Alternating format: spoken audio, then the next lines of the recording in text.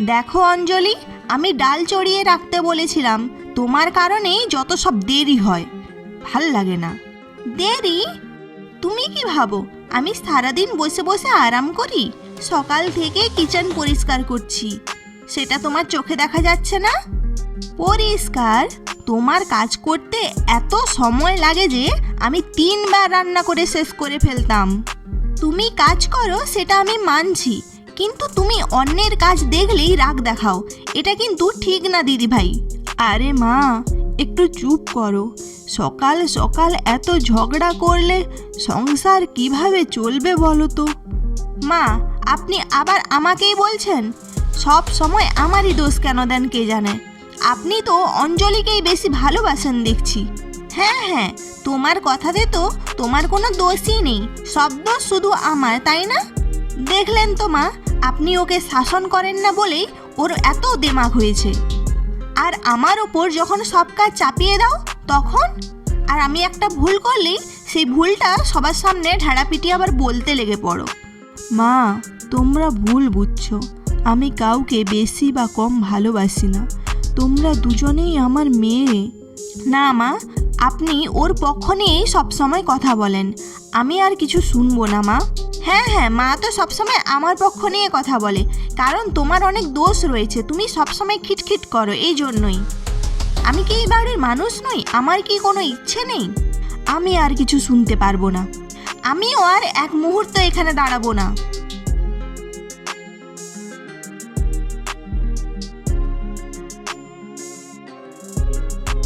হে ভগবান, আমি তো চাই শুধু বাড়িতে শান্তি থাকুক, কিন্তু এদের ভুল বোঝাবুঝি দিনে দিনে বাড়ছে। কিভাবে বোঝাই এদের? পরিবার মানে তো একসঙ্গে থাকা। একজন আরেকজনকে না বুঝলে সংসার টিকে কিভাবে?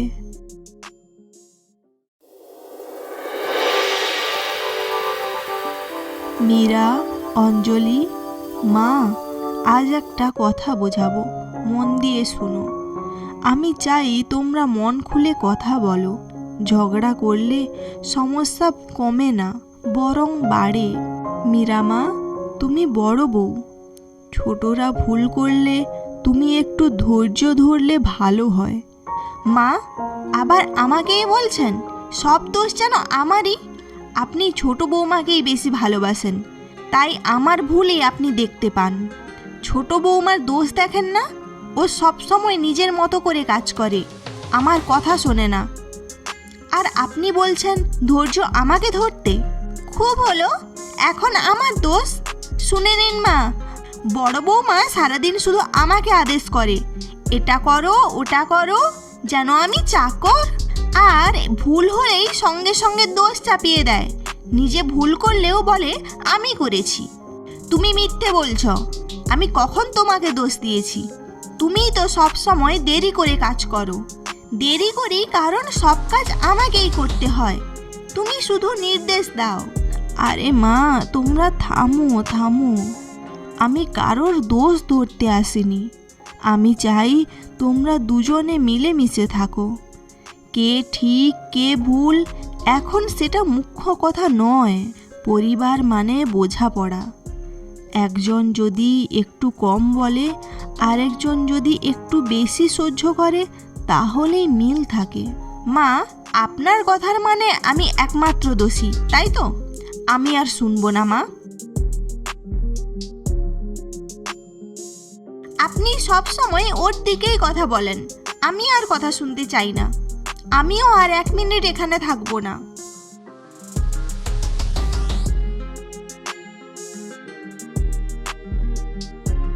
হা ভগবান, যত বোঝাতে যাই ততই দূরে সরে যাচ্ছে এরা।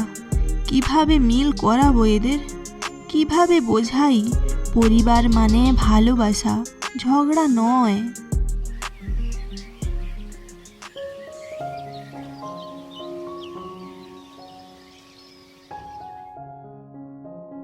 এভাবে আর চলতে পারে না। মীরা আর অঞ্জলি দুজনেই ভালো মেয়ে, কিন্তু ভুল বুঝে একে অপরকে অপছন্দ করে ফেলেছে। এদের মন যদি কোমল হয়, বোঝে, যদি একসঙ্গে থাকার কথা ভাবে, যদি একসঙ্গে থাকার মানে বোঝে, তাহলেই শান্তি ফিরবে। ঠিক আছে, এবার একটু অন্যভাবে বোঝাতে হবে। মীরা, অঞ্জলি, দুজনে একটু আসবে তো।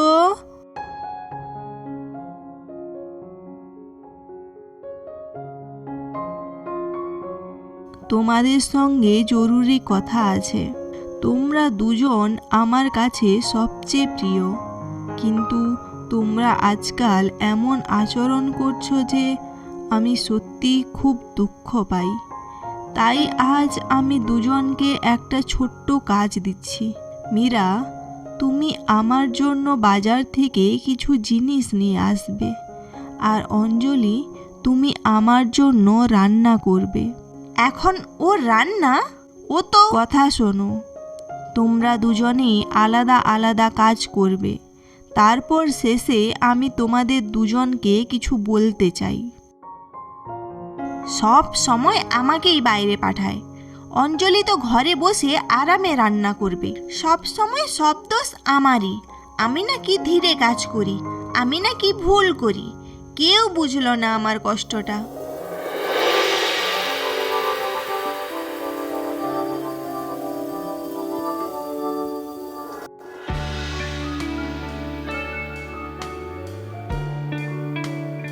এসো, বসো দুজনেই।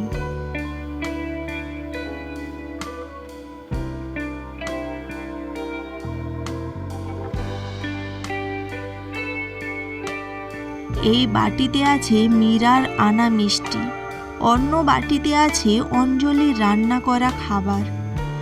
বলো তো, এই দুই কাজ কি একা একা করলে সম্পূর্ণ পরিবার চলে? মীরা যদি বাজার না আনতো, রান্না চলতো কি?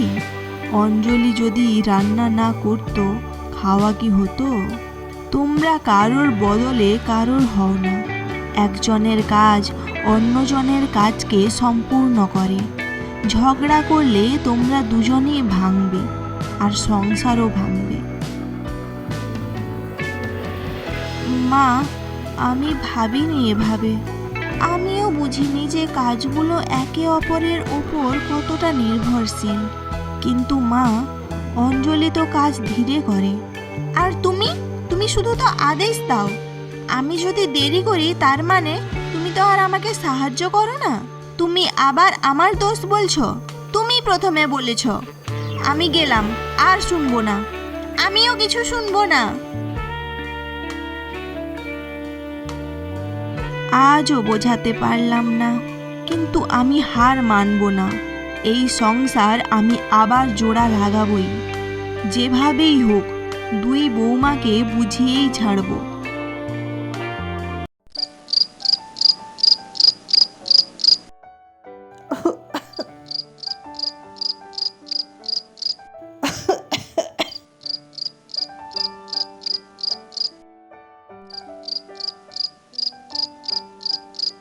আরে মা, তুমি তো জ্বরে একেবারে পুড়ছো।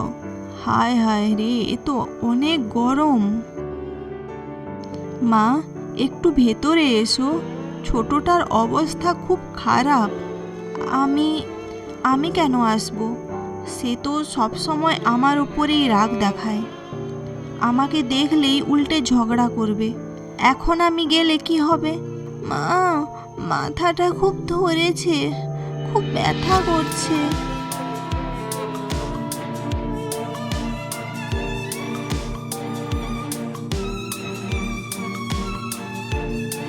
মা, ওর জ্বর এত বেশি কেন? আগে তো এত খারাপ লাগছিল না। জ্বর হঠাৎ করে বেড়ে গেছে মা। আমি একা সামলাতে পারছি না। ছোট, চোখ খোল ছোট। আমি আছি তো। এত কষ্ট পাচ্ছিস, আমাকে বলিসনি কেন? ভাবলাম তুমি যদি রাগ করে থাকো, বিরক্ত হও। উফ, আমি রাগ করেছিলাম, এটা সত্যি। কিন্তু তোর কষ্ট দেখে বসে থাকতে পারিনি। তুই তো আমার ছোট বোনের মতো।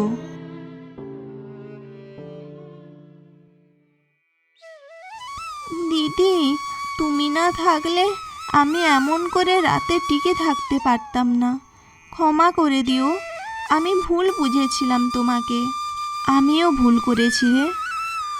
আমার রাগে তুই কষ্ট পেয়েছিস, কিন্তু আজ থেকে আমরা আর ঝগড়া করব না, একসঙ্গে সংসার সামলাবো। এটাই তো চাই, মা মেয়ের মতো থেকো দুজন, এই বাড়িকে আনন্দে ভরিয়ে দিও।